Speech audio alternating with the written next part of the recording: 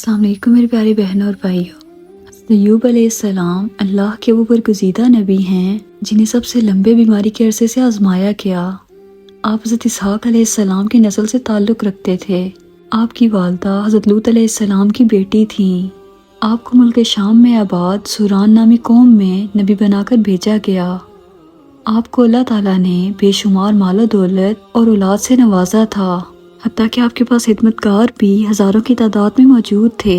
बेशुमार बागात और खेत खलियान आपकी मलकियत में थे। आप हमेशा गरीबों के गम को और यतीमों और बेवाओं की कफालतकार रहा करते थे। तौरात में आपको जोब के नाम से पुकारा गया है। आपकी बीवी हज़रत यूसुफ अलैहिस्सलाम की बेटी थीं। आपके 7 बेटे और 7 या 3 बेटियां थीं। आप नहायत ही खूबसूरत शक्ल के मालिक और अपने कबीले के सरदार भी थे। आप नहायत ही इबादत गुजार थे और हमेशा लोगों को दावत हक दिया करते थे। एक मर्तबा फरिश्ते हज़रत अय्यूब अलैहिस्सलाम की इताअत और इबादत गुजारी की तारीफ कर रहे थे। इस पर इब्लीस ने दावे से कहा कि अल्लाह ने अय्यूब पर इनाम व इकराम की बारिश की है, इसी वजह से वो नेक और शुक्रगुजार है।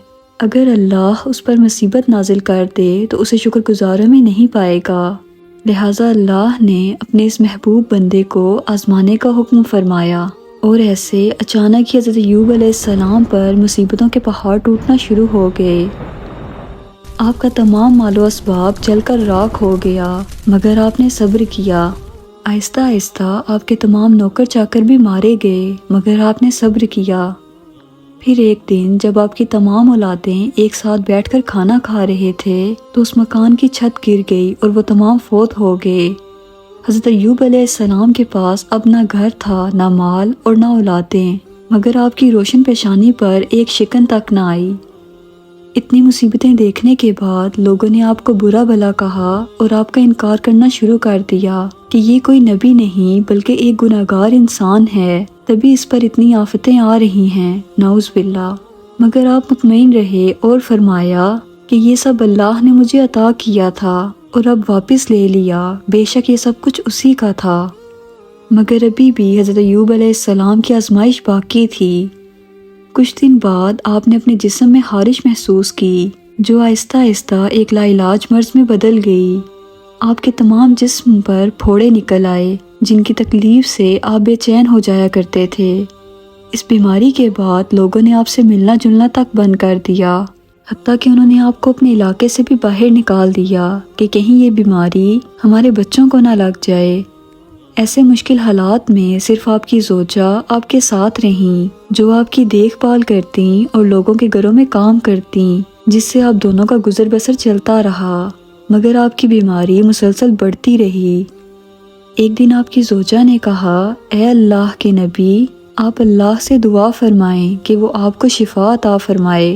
हज़रत अय्यूब अलैहिस्सलाम ने मुस्कुरा के कहा, मुझे ये बताओ कि हमने खुशहाली में कितने बरस गुजारे हैं। उनकी बीवी ने कहा कि तकरीबन 80 साल।